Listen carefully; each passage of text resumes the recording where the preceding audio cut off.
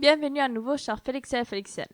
Nous sommes Victoria Eckerson avec Kevin en technique et vous écoutez votre radio étudiante, saviez-vous? Cette semaine dans notre émission Et après la mort, nous avons reçu l'aide de 3 élèves de secondaire 5, Arens Leja, Roxane Guevremont et Gabriel Carey, qui nous ont fourni des travaux sur différentes religions. Après la mort, il y a quoi? La science ne peut l'expliquer que par le mot rien. Mais que pensent les sociétés religieuses, tant anciennes comme contemporaines, sur ce thème? Débutons alors.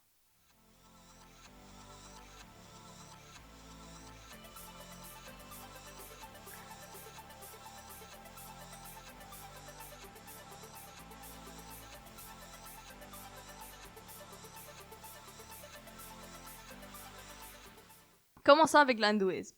Dans l'hindouisme, il existe le karma, signifiant l'action et désignant le cycle des actions, ses causes et conséquences. Le dharma, qui est toutes les lois et normes sociales, politiques et de vie, et le samsara, qui est la transition, la suite des choses. L'hindouisme croit en la réincarnation de la personne. Lors du cycle de la vie, le croyant fait une suite d'actions qui le permettront de déterminer comment il se réincarnera. Le corps n'est pas important lors de la mort, il est enterré. Ce qui continue sont les actions faites par la personne. Ce ne sont pas tous les types d'actions qui vont être importantes, seulement celles qui proviennent d'altruisme, desquelles nous attendrons rien en retour. Ces actions porteront à l'incarnation en un nouvel être. La loi du karma veut dire alors que la vie présente est définie par les vies intérieures de la personne. La quantité et la qualité des actions faites détermineront le samsara, alors la forme que prendra le nouvel être et même à quelle caste il appartiendra. Les différentes castes du plus bas au plus haut sont le Shudra, qui est le serviteur ou l'ouvrier, le Vaishya, qui est un marchand ou un professionnel, le Kshatriya, qui fera partie des guerriers et politiciens, puis finalement le Brahmana, qui est un prêtre ou un docteur. Une personne dans la caste de Vaishya qui possède un bon karma peut monter à la caste du Kshatriya ou même au Brahmana, mais si son karma est mauvais, il peut descendre aux castes de Shudra ou même se réincarner en animal, ce qui lui limitera à suivre ses instincts et à souffrir à cause de ceci. Si cette personne, après une infinité de vies, possède un très bon karma, alors elle peut arriver au niveau des dieux. À ce moment-ci, elle exercera le travail d'une divinité. Pour faire ceci, il y a 3 façons. Le yoga de dévotion, qui consiste à la prière aux divinités, la performance des rituels et les offrandes. Le yoga de la connaissance, ou la méditation, qui se concentre sur l'investigation de la personne. Puis le yoga de l'action. Ces méthodes permettent de dépasser les limites du karma pour ainsi s'approcher plus du Brahman et donc l'union avec le divin. Pour comprendre ce qui se passe après la mort selon le bouddhisme, il faut comprendre ce qui est le karma. Le karma est l'accumulation d'actions et de pensées que nous avons fait au cours de notre vie consciemment. Ce karma joue un grand facteur après la mort dans le bouddhisme, puisque les bouddhistes pensent que l'esprit se réincarnera dans d'autres êtres après la mort. Quand vous mourrez et que votre corps se désintègre, les bouddhistes croient que votre esprit reste intact.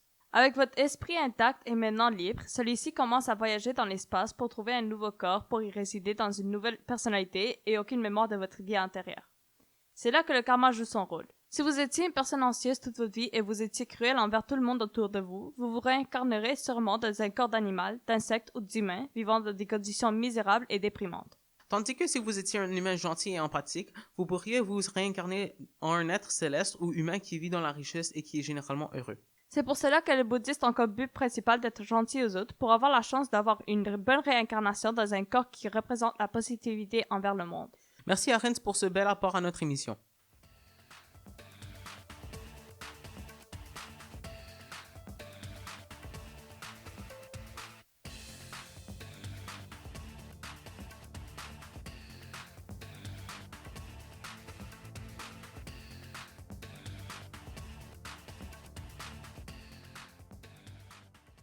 Passons maintenant à la mythologie égyptienne. Pour les anciens Égyptiens, la mort n'est pas la fin de l'existence des personnes. Elle est juste un passage à la vie après la mort.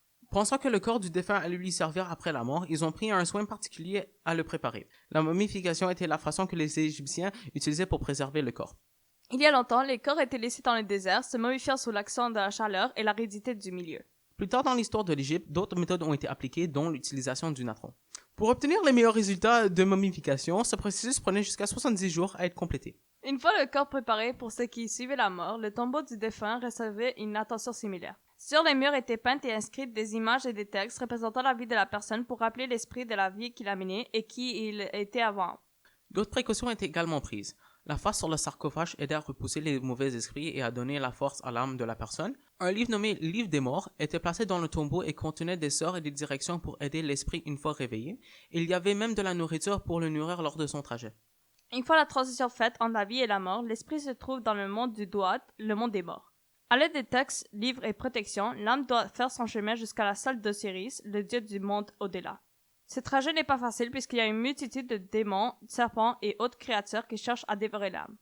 Une fois rendu sur place, le parcours du défunt n'est pas encore fini. Il faut qu'il soit jugé avant d'accéder à l'équivalent du paradis dans la mythologie égyptienne, les chants d'Ialou.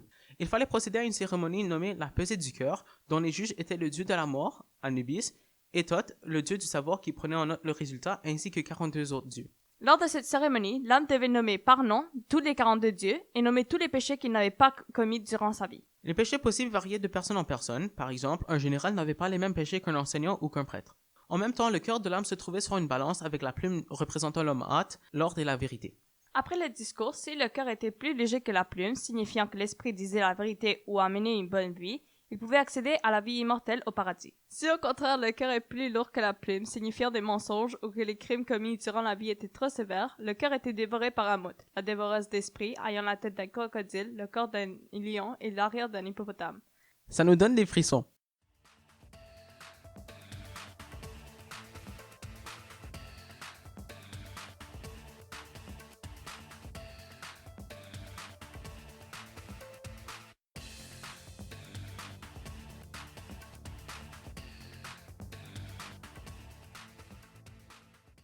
Dans la mythologie nordique, il y a 3 endroits où on peut finir lorsqu'on meurt. Helheim, Valhalla et Folkvanger.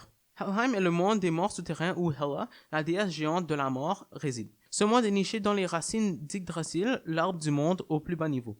D'après la Proséda, la source primaire des mythes nordiques, Hel est un terrible endroit et seulement ceux morts de la vieillesse et de maladie s'y retrouvent.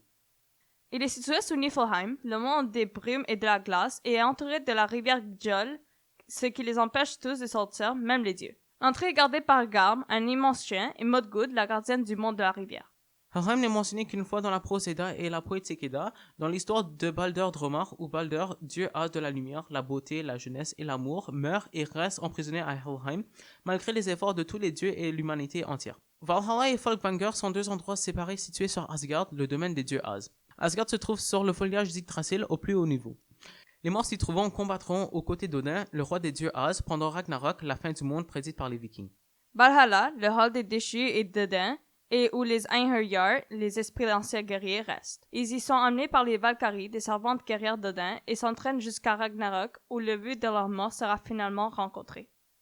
Valhalla est décrit comme un couloir ayant 540 portes, un toit en bouclier d'or, des colonnes en lance, des chaises faites de cuirasse et plusieurs tables pour festoyer. C'est un paradis pour les guerriers vikings. Folkvanger, le champ des armées, et où ceux qui ne méritent pas leur place à Valhalla, mais sont tout de même morts en combat, vont, sous protection de Freya, déesse de l'amour et de la fertilité. Il n'y a pas beaucoup d'informations ou d'histoires sur Folkvanger, mais la notion que Freya possède la moitié des morts avec une armée en main est bien implantée dans les mythes. Merci Roxane pour ta coopération.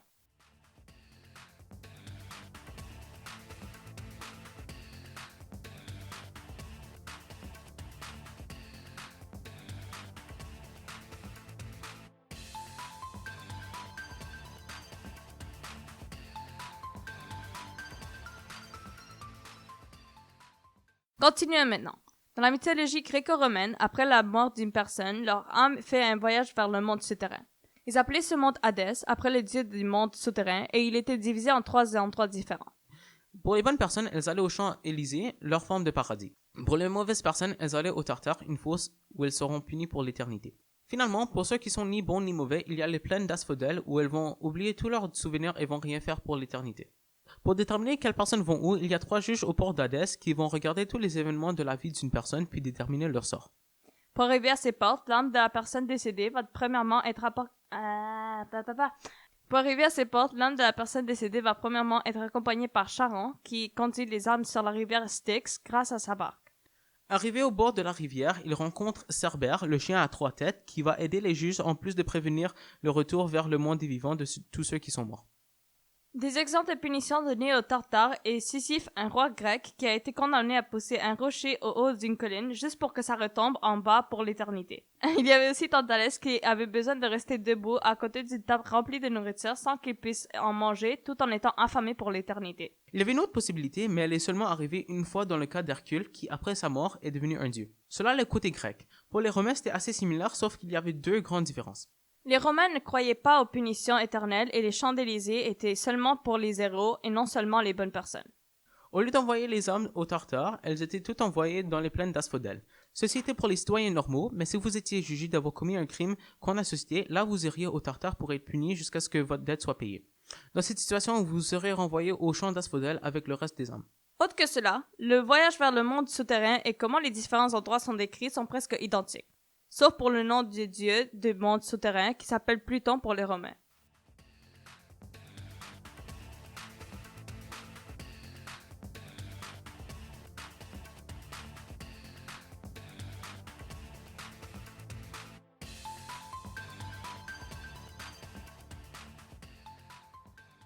Parlons maintenant de l'islam. Tout d'abord, certains musulmans ont peur de la mort car ils ne veulent pas se retrouver en enfer. Alors, au cours de leur vie, ils vont tout faire pour faire le bien. Par exemple, ils vont accomplir les 5 piliers de l'islam et ils ne vont pas commettre de péché. Cette citation prouve parfaitement cette mentalité. La conscience du déroulement exact de la mort et surtout la conscience d'être jugé pour chacun de nos actes agit comme un aiguillon qui pousse le croyant à se remettre en question et à faire constamment le bien. Aussi, l'heure de la mort est connue par Dieu seulement. Lorsque le musulman sera décédé, l'ange de la mort viendra séparer l'âme de son corps. La personne restera consciente lors de cet événement et elle pourra voir tout ce qui se passe, mais il ne pourra plus agir. En effet, la personne décédée doit traverser par exemple l'épreuve de la tombe, durant laquelle elle est interrogée sur sa religion, son prophète et le Seigneur. Les questions sont posées par 2 anges et si ceux-ci constatent que la personne décédée était un bon croyant, les anges seront beaucoup plus gentils et doux. Cependant, si la personne n'était pas un bon croyant, elle devrait affronter un terrible châtiment. Bref, si l'individu en question a commis plusieurs péchés au cours de sa vie, il se fera punir tandis que les fidèles se feront gratifier. À son réveil, le mourant perdra la notion de temps. Et puis un jour, le barzakh qui dans l'islam est le plus souvent interprété comme la barrière entre le monde physique et spirituel et qui est l'étape intermédiaire entre la vie et la mort, prendra fin. Dieu décidera lorsque l'individu pourra se faire ressusciter par l'ange Asrafil. La personne décédée passera devant le Créateur avant sa résurrection. Elle devra également traverser le pont au-dessus de l'enfer. La personne tombera dans les feux si elle a commis plusieurs péchés. Sinon, si elle a été un bon serviteur, elle ira au paradis et renaîtra dans un autre corps éternellement jeune. Bref, aucun musulman ne peut s'échapper à la mort. La tradition musulmane décrit avec beaucoup de détails tous les éléments et les épreuves qui surviennent entre la mort et la résurrection. En étant un bon croyant, le musulman n'ira pas en enfer. Il ira au paradis et cet endroit offrira tout ce que l'âme désire et un délice pour les yeux. Merci à Gabriel pour ta contribution à la radio étudiante.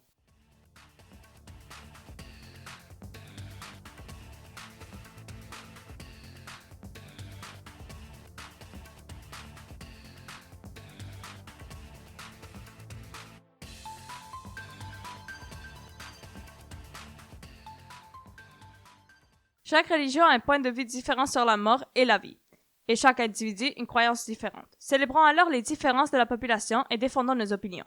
Ceci conclut notre émission et après la mort. Un grand merci aux élèves qui ont coopéré cette semaine avec nous. Et merci aussi à M. Bouvier qui nous a inspiré pour le sujet de cette semaine. Vous pouvez nous laisser des commentaires sur l'émission sur notre compte Instagram à radio.felix ainsi que nous envoyer des suggestions de thèmes dont vous voudriez vous informer plus, puis vous mettre à jour sur les thèmes musicaux de la semaine. Venez ce midi pour écouter la musique portant sur comment surmonter les moments difficiles. Nous sommes Saviez-vous et on se voit à 12h30.